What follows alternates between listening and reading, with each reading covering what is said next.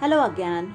We will be going through the third unit, first section of your literature book, that is Returning Home by Vanna Singh.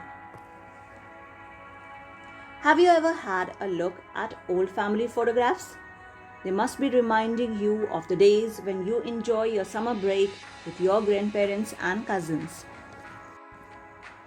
What we are studying today is a sweet, delightful story about a family in India with three young children who were keen to know about the young uncle's plan of visiting his village. Young uncle is the younger brother of the children's father. He is an enthusiastic young man. His unusual adventures are humorous and entertaining. Here, he prepares to go on a visit to his great uncle's village.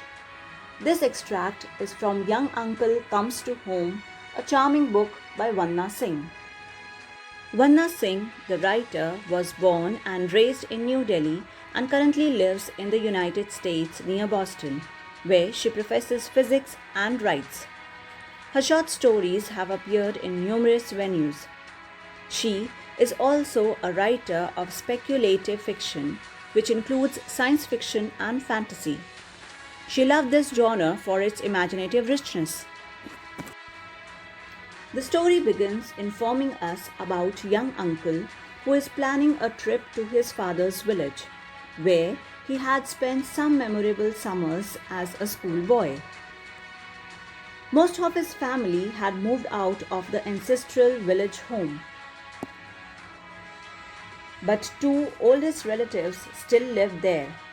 These were Ancient Uncle and his wife Ancient Auntie, so called because they were very old. The three children in the house remember their last visit, crawling with Ancient Uncle under the dining table, and that he had many horses and cows.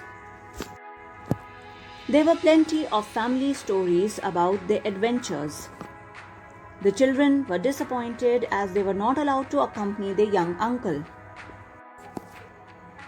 In order to cheer them up, young uncle told them three hair-raising old stories and asked what he should bring back from the village. The two older children demanded mangoes. But the baby wasn't satisfied, so she pointed at a picture of a tiger. But young uncle refused, saying, "They won't allow him on the bus." So she quickly pointed at the tiger's tail. Again, he refused the demand, saying the tiger might object. Finally, she pointed, asking for a hair of the tiger.